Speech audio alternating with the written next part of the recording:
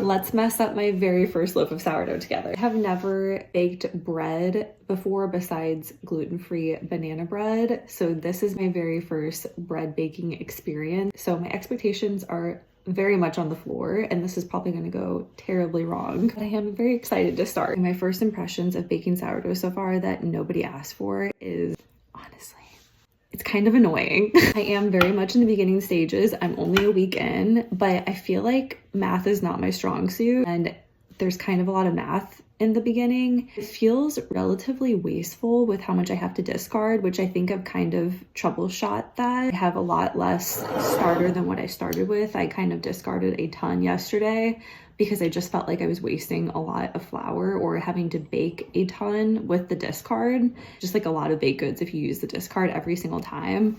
So I went down to the bare minimum amount of starter that I needed.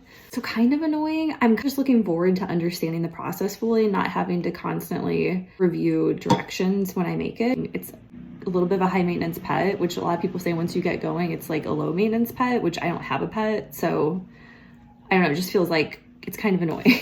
Honestly, I'm just looking forward to fully understanding what I'm doing so that it's less math work and will kind of just become a no-brainer for me. Like I'll just get in the routine of it. But in the beginning, it's just a little bit annoying. Maybe when I make this beautiful first loaf of sourdough, it will all be worth it. So we'll see. So sadly, our first starter did not make it, but this is my second starter and she is thriving. I think it's still pretty cold here, and I guess I should have waited until it's a bit warmer because this has to be, I think it's 75 to 80 something degrees for it to do its starting thing. Kind of sad because yesterday I think my starter was doing really, really well. I think it almost tripled in size, but then I got really busy so I wasn't able to bake bread yesterday, so I had to discard and feed again. And then today it's a little bit cooler, so I don't think my sourdough starter is doing as good as it was yesterday, but we're still gonna try. I'm determined to bake it today. It's probably gonna be a total failure, but I'm really excited to just get this going. Let's do this. Okay, I'm stressed. Lots of very precise measuring. 375 grams of water. Please hold while I get more water. I guess I still need more water. I clearly don't think in grams yet. Okay, and then I'm supposed to put 50 to 100 grams of sourdough starter, which I feel like is a pretty big range, but I did some research and I think I'm gonna go with 85 grams. Make me proud. Apparently, if it floats in water, it means that it's ready to bake. So hopefully it floats. This is a good sign. It's very bubbly, very elastic. It smells sour. I think it's kind of floating. Not super floating, but it's not just completely drowning. I don't know. Sure to combine. 7 grams of salt. Now we measure it again. We're gonna do 400 grams of all-purpose flour. I still have no idea how much 400 grams is, so it's always just a guess. Not even close. 400 grams exactly. Yes. Do 100 grams of whole wheat flour. Ooh. Man, I really hope this works because I feel like I used up the entire rest of my bag of all-purpose flour. I'm telling you, sourdough uses a lot of flour. The starter, the discard, everything. I'm really not used to using normal flour. I usually use almond flour, tapioca flour, stuff like that, where you can't necessarily overmix it, but I know that there's science behind gluten and overmixing. I'm very new to this, so I hope I'm not overmixing. I think that this is like just combined, so hopefully this is good. Now I need to transfer this to a straight-sided vessel, which I don't really know if I have something like that. I'm gonna go look for that. I don't think that I have a straight-sided vessel to put this in. I think the purpose is to see how much it's risen, but I feel like I can still do that with this kind of.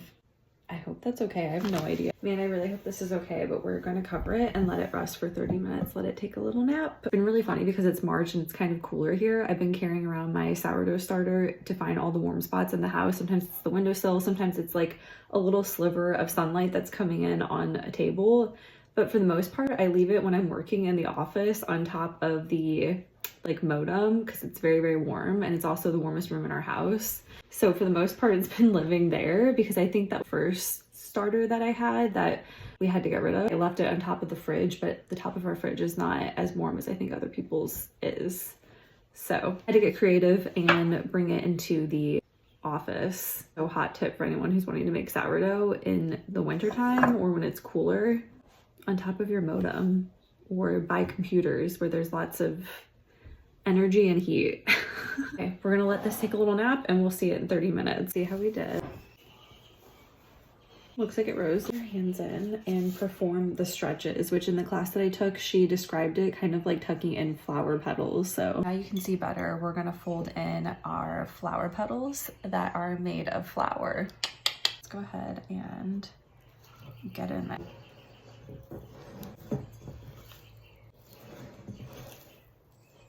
I don't know what we're looking for, but that looks like something. So we're gonna let it rest again. Let it rest for 30 minutes. The thing I find annoying about sourdough is that it does best when it's warmer, like in the summertime, but I feel like the season to bake bread is the winter time whenever I want to turn the oven on and I just want to bake, and it's just warm and cozy. I'm not really wanting to turn the oven on a whole lot in the summertime. Granted, I love bread in the summertime, but I feel like baking it in the wintertime just makes sense. Okay, so after 30 minutes, we do the folding and stretching routine 4 times. So this is our second time folding in our flower petals. And it's getting a bit harder to do, which I read is a good thing. I'm gonna let her rest. Third set of stretches and folds.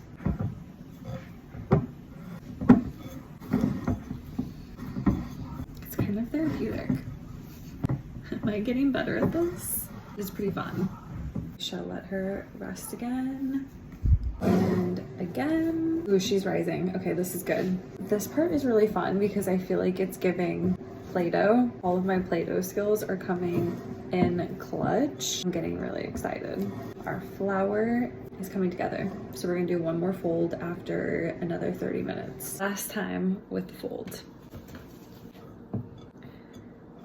Okay, me being very naive, I thought that I was gonna have some crunchy, warm, fresh baked sourdough with my pasta tonight, but the bulk fermentation process after this takes 8 to 10 hours and it's 8 o'clock at night. So I'm gonna put it in the fridge to kind of stop that process and then start the bulk fermentation process tomorrow, which will last, I think, 8 to 10 hours. We'll have to see how much it rises. And then there's a bunch of steps after that. So to be continued until tomorrow.